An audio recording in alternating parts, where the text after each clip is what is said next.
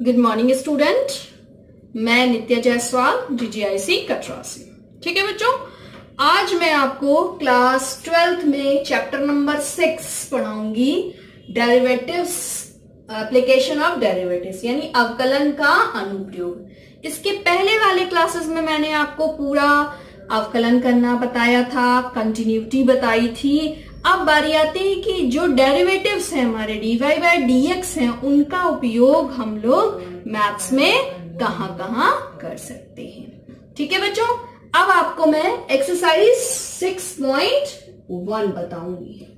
ज्यादातर क्वेश्चन इसमें से बहुत रेयरेस्ट आते हैं, लेकिन आपको लगाना है क्योंकि ये आगे की एप्लीकेशन आपको काम आएगी। तो इसलिए मैं आपको केवल एक एक्सरसाइज, इसका एक क्वेश्चन बताती हूँ, फिर आप लोग लगाते रहिएगा और बताते मुझे रहिएगा क्वेश्चन। क्वेश्चन नंबर 1 कह रहा है कि वृत्त के क्षेत्रफल परिवर्तन की दर इसकी त्रिज्या r के सापेक्ष ज्ञात कीजिए।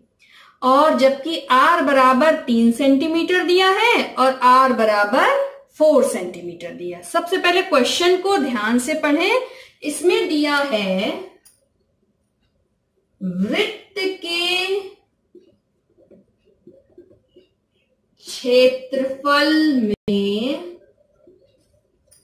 त्रिज्या r का परिवर्तन। पहले क्वेश्चन को आप लोग ठीक से, केवल उसको शॉर्ट में पहले हम लोग लिख रहे हैं। ठीक है, अब देखो वृत्त का क्षेत्रफल कह रहे हैं।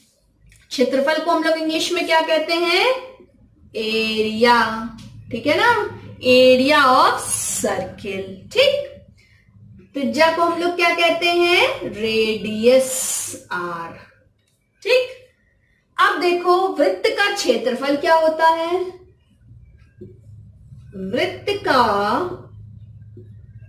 क्षेत्रफल बराबर होता है पाई r स्क्वायर। ठीक है, यही होता है A बराबर। अब आप लोगों ने इन सब चीजों को फिजिक्स में भी पढ़ा है। अब कह रहे हैं r का परिवर्तन। ठीक, परिवर्तन यानी डिफरेंशिएट किसके रिस्पेक्ट में हम लोग करेंगे? इसको r से डिफरेंशिएट करेंगे। ठीक है, तो यहां पे लिख लेंगे differentiate with respect to r। ठीक है, अब देखो dA हो जाएगा dr। ठीक है, dr of A equals to क्या हो जाएगा? dr pi r square. ठीक है, अब देखो पाई कांस्टेंट है, बाहर निकल आया, dr r स्क्वायर, तो क्या हो जाएगा? dr बाई A क्या हो जाएगा? 2 पाई r हो जाएगा, क्योंकि r स्क्वायर का डिफरेंशिएशन क्या होता है? 2r होता है। ठीक है बच्चों, अब देखो पहला पॉइंट इसका क्या कह रहा है कि r बराबर 3 पर परिवर्तन निकालना है, तो सब्स्टिट्यूट कर दीजिए 2 पाई इंटू 3, तो क्या हो जाएगा आंसर? 6 पाई। सेकेंड वाला क्वेश्चन दे रहा है r बराबर 4 पर, तो कितना हो जाएगा? dr बाई A बराबर 2 पाई इंटू 4 यानी 8 पाई। तो आपका एक आंसर ये हो जाएगा dr बाई A, और दूसरा आंसर ये हो जाएगा। ठीक है, इसको आप लोग लिख ले। ठीक, और इसमें क्वेश्चन आप लोग नोट करिए अपनी बुक से, और कहीं से भी ले आइए, उसको हल करिए, जो समस्या हो वो पूछिए। ठीक है बच्चों, अब मैं आपको एक्सरसाइज नंबर 6.2 बताऊंगी। 2 में आपको बताना है increasing function and decreasing function. ठीक है, इंक्रीजिंग फंक्शन को हम लोग कहते हैं वर्धमान फलन, और डिक्रीजिंग फंक्शन को हम लोग कहते हैं ह्रासमान, यानी ह्रास हो रहा है, ह्रासमान फलन। ठीक है, अब देखो नॉर्मल लैंग्वेज में इंक्रीजिंग फंक्शन का मान क्या होता है कि if x1 greater than x2 है, तो ये क्या होना चाहिए कि fx1 का मान भी fx2 के से बड़ा होना चाहिए। ये किसके लिए कंडीशन है? इंक्रीजिंग के लिए, ठीक, सेम इनइक्वालिटी होनी चाहिए। और अगर यहां पर x1 is greater than x2 है and implies if x1 is greater than x2 है और f x1 is less than x2 के बराबर है, ठीक, ये क्या हो जाएगा हमारे पास डिक्रीजिंग फंक्शन। ठीक है, इंक्रीजिंग एंड डिक्रीजिंग फंक्शन आपको इसी तरीके से समझना है कि अगर दो वैल्यूज पर अगर एक दूसरे से क्या हो रहे हैं, इंक्रीज कर रहे हैं, यानी ग्रेटर का साइन है तो उनकी एफ एक्स की वैल्यू भी इंक्रीज होगी। और अगर यहां पर x1 ग्रेटर देन x2 है तो उसके फंक्शन लगाने पर अगर इनइक्वालिटी चेंज हो जाती है तो ये क्या कहलाएगा आपको डिक्रीजिंग फंक्शन। और अब आपको क्वेश्चन कैसे करना है ये आप ध्यान रखें। सबसे पहले आप एफ एक्स निकालेंगे, ठीक है, एफ एक्स दिया होगा और F dash x find out करेंगे। अगर आपका F dash x greater than 0 होगा तो ये क्या कहलाएगा इंक्रीजिंग फंक्शन, और F dash x less than 0 होगा तो ये क्या कहलाएगा डिक्रीजिंग फंक्शन। ठीक है, क्वेश्चन नंबर 1 है आपका कि दिया गया सिद्ध कीजिए कि r पर एफ एक्स बराबर 3x प्लस 17 से प्रदत्त से फलन निरंतर वर्धमान है, यानी इंक्रीज कर रहा है। ठीक, तो सबसे पहले क्वेश्चन नंबर 1 डालेंगे और फंक्शन क्या दिया है आपके पास 3x प्लस 17 दे रखा है। ठीक, तो क्या प्रोसेस करनी है हम लोगों को, एफ डैश एक्स निकालना है। एफ डैश एक्स का मतलब एक बार इसको डिफरेंशिएट करना है with respect to X, D D X of 3x plus 17। तो इसका डिफरेंशिएशन करेंगे तो क्या आ जाएगा 3 आ जाएगा। तो 3 क्या है ग्रेटर देन 0 है कि नहीं है, है। So it is increasing function. ठीक है बच्चों, समझ में आया है, बहुत छोटा सा इंक्रीजिंग एंड डिक्रीजिंग का, बस आपको यही बताना है कि पहले आप फंक्शन ले लो और उसको एक बार डिफरेंशिएट कर दो और उसको चेक करो, अगर पॉजिटिव आता है तो इंक्रीजिंग और नेगेटिव आता है तो डिक्रीजिंग। ठीक है, अब आ जाते हैं हम लोग क्वेश्चन नंबर 3।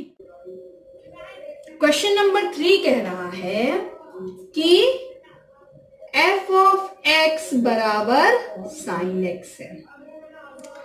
आपको ये चेक करके बताना है कि 0 से π/2 के बीच में क्या होता है और निरंतर क्या कह रहा है आपका इंक्रीजिंग है डिक्रीजिंग है कैसा है। ठीक है, सबसे पहले 3 इंटरवल आपको दिए हैं, दिया है पहला, देखिए क्वेश्चन को मैं बना भी देती हूं, 0 से π/2। ठीक है, 3 चीजें दी, आप खुद ही इस क्वेश्चन को प्रूव करेंगे कि 0 से π/2 के बीच में कैसा है फंक्शन। फिर दूसरा पॉइंट है π/2 से पाई के बीच में कैसा है फंक्शन, और तीसरा क्या है, इस पूरे को कवर कर ले।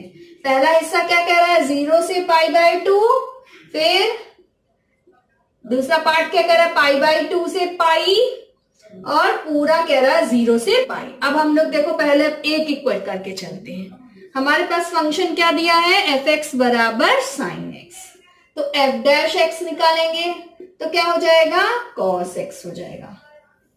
ठीक, अब आप लोग देखो कि कॉस एक्स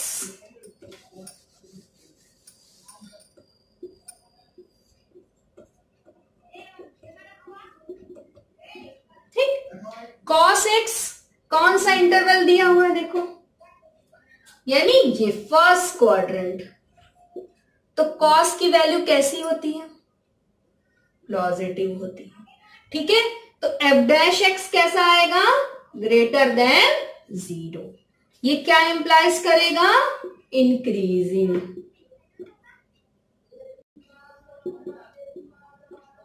मतलब इस इंटरवल में ये इंक्रीजिंग फंक्शन करेगा।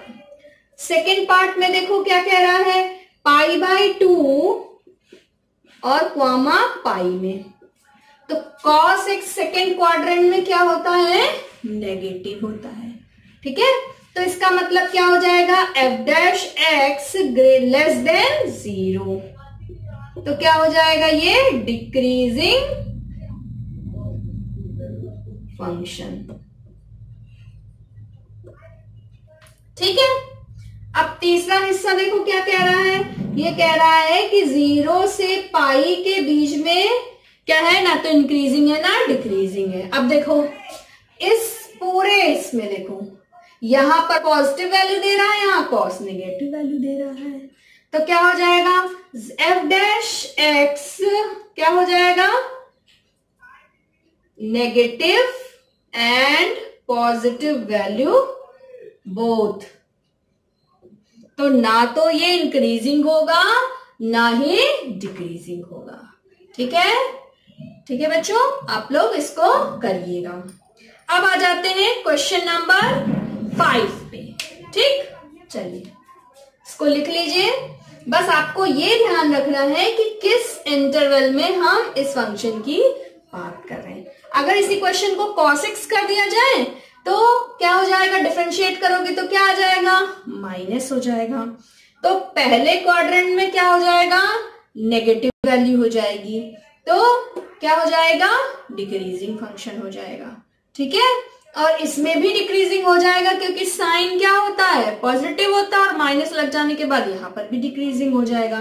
इन दोनों क्वाड्रेंट में क्या हो जाएगा, आपका इंक्रीजिंग फंक्शन हो जाएगा। ठीक है,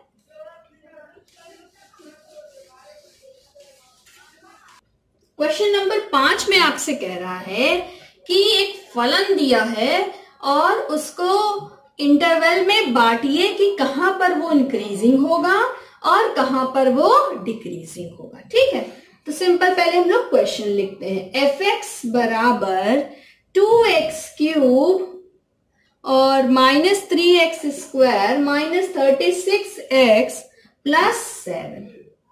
तो सबसे पहला हमारा काम क्या होता है, इसको हम लोग डिफरेंशिएट करते हैं। तो f' डायरेक्ट निकालते हैं, ये यहां आ जाएगा, तो 6x - 6 x² 6x -36 हो जाएगा। ठीक, अब हम लोगों ने 6 कॉमन ले लिया, तो x² - x -6 हो जाएंगे। अब हम लोग इसके क्या करेंगे, फैक्टर्स निकालेंगे। 6 तो क्या हो जाएगा, माइनस, यानी 2 3 6, 2 3 6, सब्सट्रैक्ट हो जाएगा, नेगेटिव आएगा, यहां नेगेटिव लाना है, तो x - 3 और x + 2 हो जाएगा। ठीक है, तो अब इसमें क्या हो जाएगा, पहले f' 0 रखो, तो x की वैल्यू कितनी निकल आएगी, x - 3 x + 2 बराबर 0, तो x बराबर 3 और -2 हो गया। अब देखो बच्चों, x बराबर 3 और -2 आया। इसको पहले हम लोग नंबर लाइन पे ड्रॉ करेंगे, -∞ और +∞, -2 और ये 3 ले लिया। ठीक है, अब हम लोग इसके वैल्यूज को देखेंगे कि कहां पर नेगेटिव जा रहा है। ठीक है, अब देखो हमारे पास क्या है, x - 3 और x + 2। हम लोग इसको 2 इंटरवल में बांट लेते हैं, ऐसा और ये ऐसे हो जाएगा। देखो x - 2, तो ये हो जाएगा -∞ to -2। फिर एक इंटरवल इधर से बांट लेते हैं और एक इंटरवल इधर से इधर बांट लेते हैं, यानी 3 हिस्से कर लेते, फर्स्ट, सेकेंड एंड थर्ड। तो -∞ और -2 पर चलते हैं, यानी हम लोग इधर की वैल्यूज लिखना शुरू करते हैं। तो हमारे पास फंक्शन में क्या वैल्यू देती है, चलो हम लोग एक वैल्यू रख के देखते हैं। देखो हमने x बराबर -4 रखा, ये आपको दिखाना नहीं है, ये आपको केवल करना है। तो क्या हो जाएगा -4 -3, ठीक, -4 + 2, तो क्या आया -7 इंटू -2, तो कितना हो गया, माइनस माइनस प्लस हो गया, 14 हो गया, यानी कैसा आया हमारे पास, पॉजिटिव। ठीक है, तो ये कैसा हो जाएगा, इंक्रीजिंग, यानी इस -∞ टू -2 में फंक्शन कैसा आएगा, इंक्रीजिंग। ठीक है, अब बारी आती है इस इंटरवल की।